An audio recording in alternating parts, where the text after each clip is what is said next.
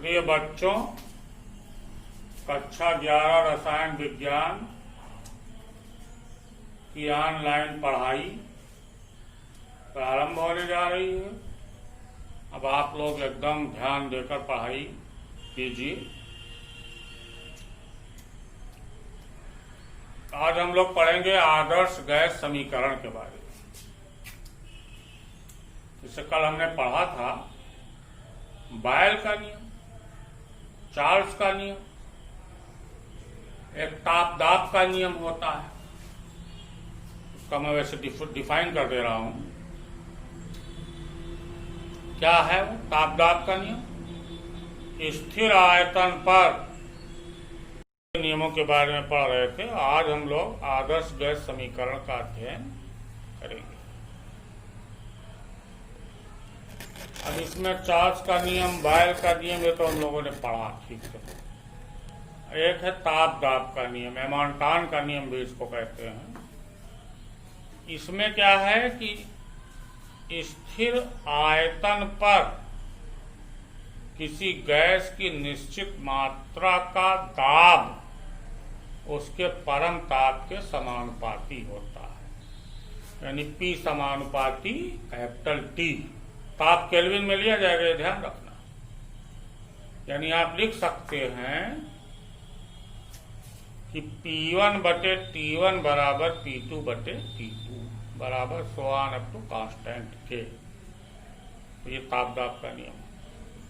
फिर है एवोगाड्रो का नियम। वो क्या है? समान ताप और दाब पर, यानी ताप दाब दोनों को फिक्स कर दीजिए आप। तो समान ताप और दाब पर विभिन्न गैसों के समान आयतन में अणुओं की संख्या या मोलों की संख्या समान होती है। या आप इसको इस तरह से भी कह सकते हैं कि समान ताप और दाब पर किसी गैस का आयतन उसके मोलों की संख्या के समानुपाती होता है। V समानुपाती N, V समानुपाती N। V क्या है? आयतन।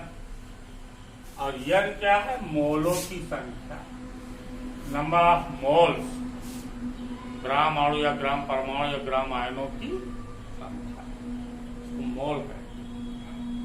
मोल बराबर क्या होता है?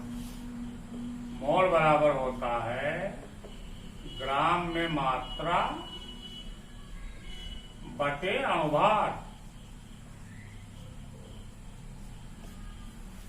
यानी किसी गैस की ग्राम में मात्रा अगर दी हुई हो तो उसको उसके अणुभार से अगर डिवाइड कर दिया जाए तो जो राशि हमको प्राप्त होती है उसको मोल कहते हैं। रसायन विज्ञान में द्रव्य की मात्रा को मोल में ही मापा जाता है। ये आपको जानना। एवोगाड्रो का नियम क्या है? समान ताप और दाब पर किसी गैस का जो आयतन है वो उसके मोलों की संख्या पर निर्भर करता है, यानी उसके समानुपाती होता है। अगर N कम तो आयतन कम, अगर N ज्यादा तो आयतन ज्यादा। इसको एवोगाड्रो ने ये कहा था कि समान ताप और दाब पर भिन्न भिन्न गैसों के समान आयतन में मोलों की संख्या समान होती है। मोलों की संख्या समान होती है। अब क्या पढ़ना है हम लोगों को? आदर्श गैस समीकरण। क्या पढ़ना है? आदर्श गैस समीकरण।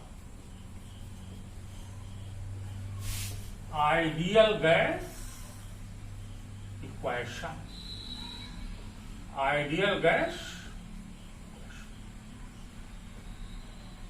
इसका अध्ययन करना।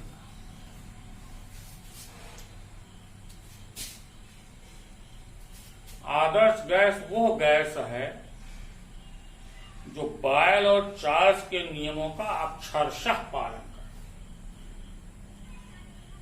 हालांकि अब प्रकृति में हम लोगों के पास कोई ऐसी गैस है नहीं वास्तव में जो बिल्कुल पूरी तरह से आदर्श मतलब ये बॉयलर चार्ज के नियम का पालन करती हो, लेकिन जो कठिनता से द्रवित होने वाली गैसें हैं जैसे H2 है, N2 है, O2 है, ये लगभग इन नियमों का पूरी तरह पालन करती है। फिलहाल आप ये देखिए आदर्श गैस समीकरण हम लोगों को प्राप्त करना है, इसका व्यंजक कैसे प्राप्त किया जाए, ध्यान दीजिएगा। अब देखिए चार्ल्स का नियम क्या कह रहा है। चार्ल्स के नियम से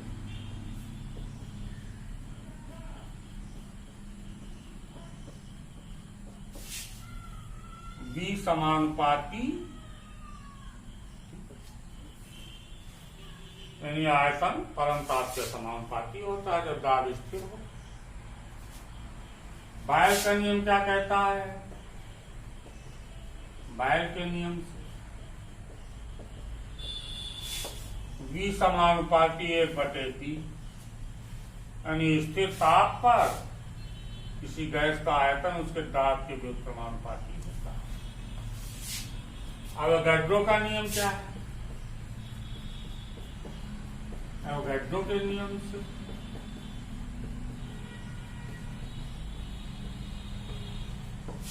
V समानुपाती यानी गैस का आयतन उसके मोलों की संख्या पर निर्भर करता है। कब?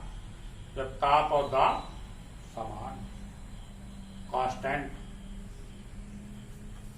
तो अब इसको आप कह लीजिए समीकरण नंबर फर्स्ट, इसको कह लीजिए समीकरण नंबर सेकेंड, और इसको कह लीजिए समीकरण नंबर थर्ड।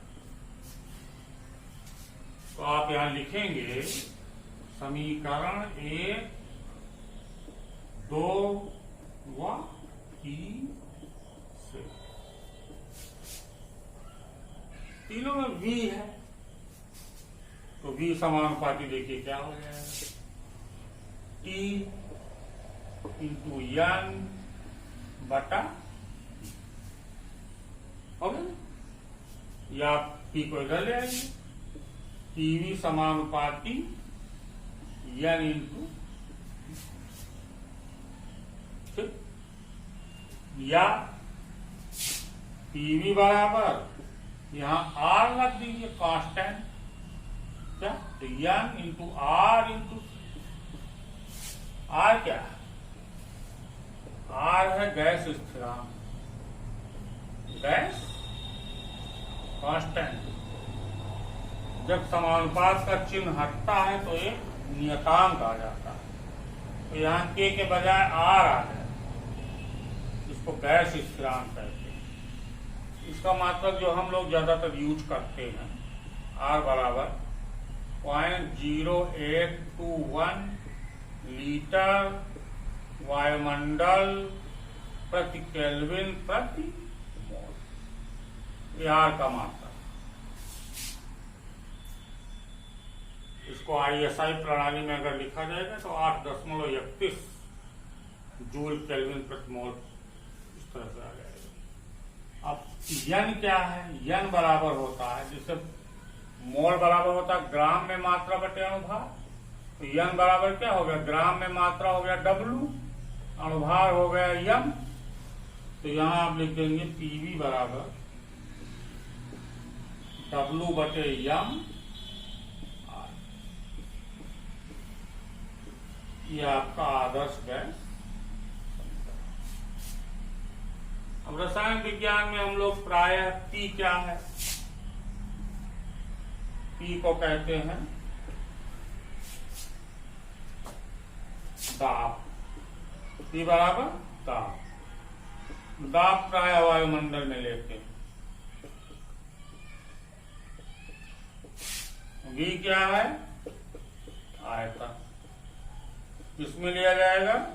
लीटर।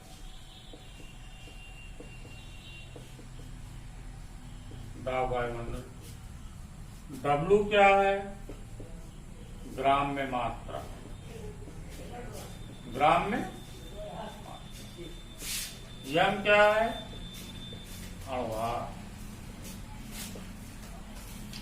अणुभार का कोई मात्रक नहीं है। T क्या है? परम ताप, केल्विन वाला ताप। केल्विन में टेम्परेचर को नोट किया जाएगा। ये आपका आदर्श गैस समीकरण का इक्वेशन है। इस पे हम लोग सवाल हल करते हैं, इसको हल किया जाएगा, देखा जाएगा किस प्रकार से सवाल हल किए जाते हैं। इसको आप नोट कर लीजिए। मैं 2 मिनट का टाइम दे रहा हूँ, 1 मिनट का मेरा